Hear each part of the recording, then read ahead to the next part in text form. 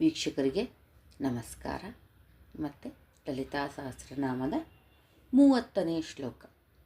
ಇಲ್ಲಿ ಒಂದೊಂದು ನಾವು ಯಾವ ನವರಾತ್ರಿಯನ್ನು ಮಾಡ್ತೀವಿ ಗೊತ್ತಾ ವೀಕ್ಷಕರೇ? ನನ್ನ ಚಾನಲ್ನಲ್ಲಿ ಇದೆ. ಶ್ಯಾಮಲಾ ನವರಾತ್ರಿ ಆಚರಿಸಿದ್ದೇವೆ, ಹಾಗೆ ವಾರಾಹಿ ನವರಾತ್ರಿ. ಈ ನವರಾತ್ರಿಗಳನ್ನು ಆಚರಣೆ ಮಾಡಬಾರ್ದು ಅಂತ ಹೇಳ್ತಾರೆ. ಯಾಕೆ ಅಂತ ದೊಡ್ಡವರೇ ಹೇಳಿದ್ದಾರೆ ವೀಕ್ಷಕರೇ. ಅದು ನಾನು ಚಾನಲ್ನಲ್ಲಿ ಹೇಳಬೇಕು ಹೇಳಬಾರ್ದು ಗೊತ್ತಿಲ್ಲ, ಗುರುಗಳೇ ಹೇಳಿದ್ದಾರೆ. ಇದು ಒಂದು ಅಮ್ಮನ ಅವತಾರ.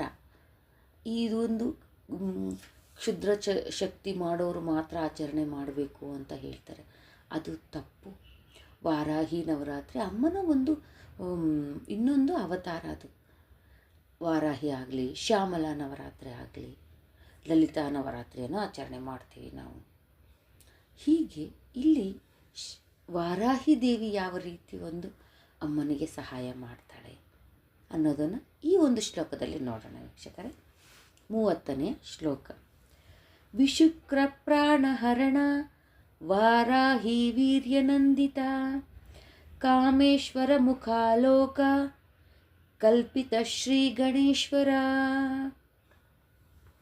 ಇಲ್ಲಿ ವಾರಾಹಿ ದೇವಿ ವಿಶುಕ್ರನೆನ್ನುವ ಭಂಡಾಸುರನ 2ನೇ ಮಂತ್ರಿಯನ್ನು ಹತಗೊಳಿಸ್ತಾಳೆ.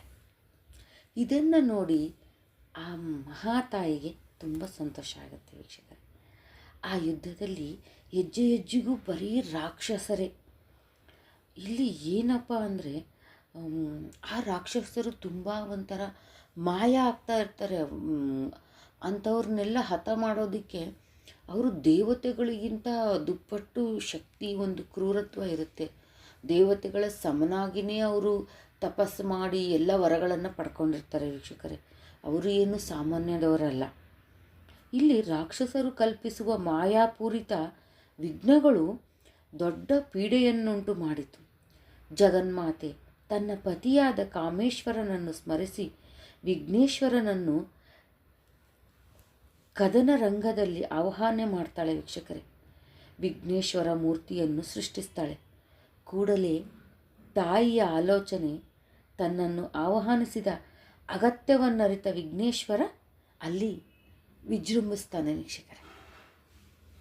ನೋಡಿ, ಈ ಶ್ಲೋಕದಲ್ಲಿ ಕಾಮೇಶ್ವರ ಮುಖಾಲೋಕ ಕಲ್ಪಿತ ಶ್ರೀ ಗಣೇಶ್ವರನನ್ನು ಆಹ್ವಾನಿಸಿ ಆ ತಾಯಿಯಲ್ಲಿ ವಿಘ್ನೇಶ್ವರ ಹೇಗೆ ವಿಜೃಂಭಿಸಿದ ಅನ್ನೋದನ್ನು ಅಲ್ಲಿ ಹೇಳಲಾಗಿದೆ ವೀಕ್ಷಕರೇ.